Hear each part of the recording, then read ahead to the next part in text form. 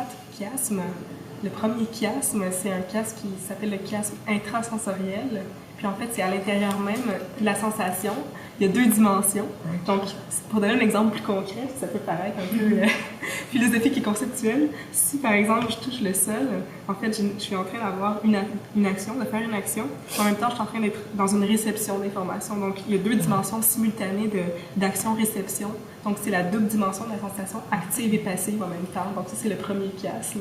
Donc, les danseurs, Myriam et Antoine, sont toujours attentifs à ça. Donc, d'être toujours dans une sorte de réception d'informations en même temps que d'être dans l'action ou dans la sensation qu'ils perçoivent de l'intérieur et de l'extérieur en même temps. Il y a ensuite le chiasme intersensoriel qui est la réciprocité entre les sensations, entre les organes des sens, par exemple la vue, le toucher, l'odorat.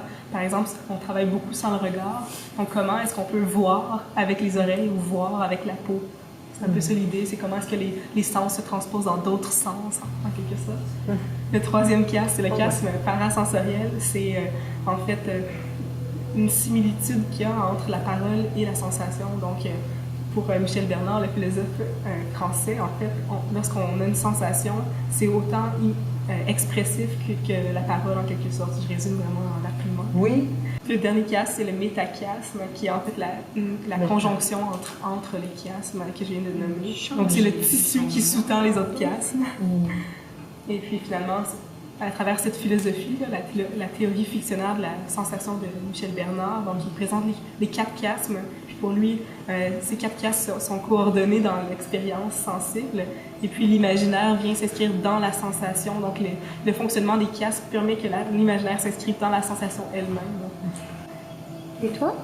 Moi, je dirais plus de faire vivre pas seulement une seule sensation, une seule imagination, du fait que si on focus tellement sur une seule chose, à un moment donné, ça vient à atténuer un peu cette sensation-là, ce partage-là aussi d'énergie. Donc, d'essayer de toujours faire vivre et peut-être de capter une autre chose de toujours être, ouais, c'est ça. comment je dirais, à l'écoute de plusieurs choses en même temps. Donc, s'il y en a juste une, j'ai l'impression que ça s'éteint progressivement, tandis que je viens à me concentrer sur une seule chose, bien, à un moment donné, je me retourne puis je commence à sentir Antoine pour continuer à régénérer ce que je ressens pour pouvoir ensuite le donner aux autres. Ouais, territoire sensible. Ouais, c'est-à-dire que ça. vous créez comme un territoire sensible ou qualitatif dans lequel On va vous garder êtes comme dans vie. un champ comme énergétique en quelque sorte. Puis c'est ce qu'on appellerait avec Michel Bernard la kinésphère fictive. Mais c'est exactement ça, la kinésphère fictive, c'est d'étendre leur propre kinésphère à l'autre et au spectateur. Donc, d'essayer d'étirer, de considérer que la kinésphère n'a plus de frontières. Ils sont dans une aura poétique ou une aura énergétique qui s'étire. Tu m'enlèves les mots de la bouche. Non, je suis en train de lire ta thèse. Non, c'est drôle ce que Myriam a dit, parce que c'est ça, on dirait que dans ce travail-là, il y a beaucoup l'enjeu de garder en vie et pour nous et pour le spectateur cette sensation-là. Je pense que c'est ça la plus grande difficulté, c'est pour qu'un mouvement qui est ultra subtil, bien, que je suis capable de garder suffisamment longtemps, que je garde suffisamment mon attention dessus, puis que je sois capable de le maintenir en vie pour que ce soit intéressant pour le spectateur. Sinon, il ne rentre pas dans cet univers-là, cet territoire sensible. Dans le chiasme.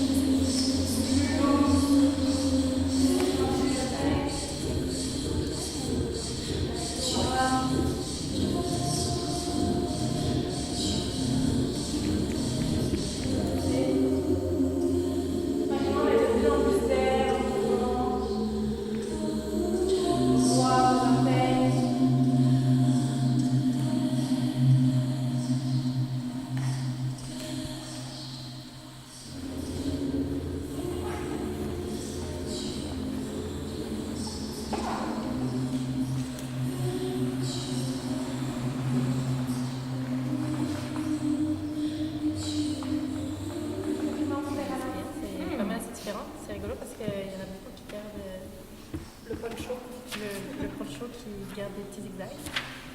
Ah oui? Il y a ça dans les... Ouais. Mais le Calvin Klein aussi. Ouais. Ah oui, c'est vrai. Ah, ça va bien. Pourtant, le Calvin Klein, c'est comme ça, il est comme On va faire, on peut les coller. ben, tu sais, on peut voir par rapport à ça, mais où est-ce que ça commence et où est-ce que ça finit? Puis est-ce que pour vous, c'est la même intensité, mettons? Ça finit beaucoup plus bas. OK. À la- Mais c'est différent. Moi, ça finit haut. Moi aussi, ça finit Ah ouais? haut. Mais non, mais ça finit là. Non, ça finit là. Non, t'as raison. C'est fin. Ah, mais ça finit haut, mais des fois, c'est comme... Ben, c'est dur de le voir de l'extérieur quand tu le fais. Ça, c'est ma pause. Mais non, mais c'est tout immobile, debout. Je pense que ça peut être comme un moment fort, mais pour ça. moi, Tu sais, j'ai dans même une ici, drop au d'énergie, sol, j'ai la parce que petite je fais montée avec. Exact. Ah, ici. Fait que j'ai mis en drop d'énergie. C'est celle que la pièce est. Ça, c'est juste. C'est ça qu'on parle. Le va-et-vient, c'est quand on Première vient. loop, ok, première loop. Parce que tu t'augmentes, la tension Deuxième augmente. loop. Puis après, Calvin Calvin Klein. Mais ça, c'était pas le show? C'est ça, comme ça, on sent tout le tien, puis on sent le contrôle, puis le temps qui tire. Mais ça n'empêche pas que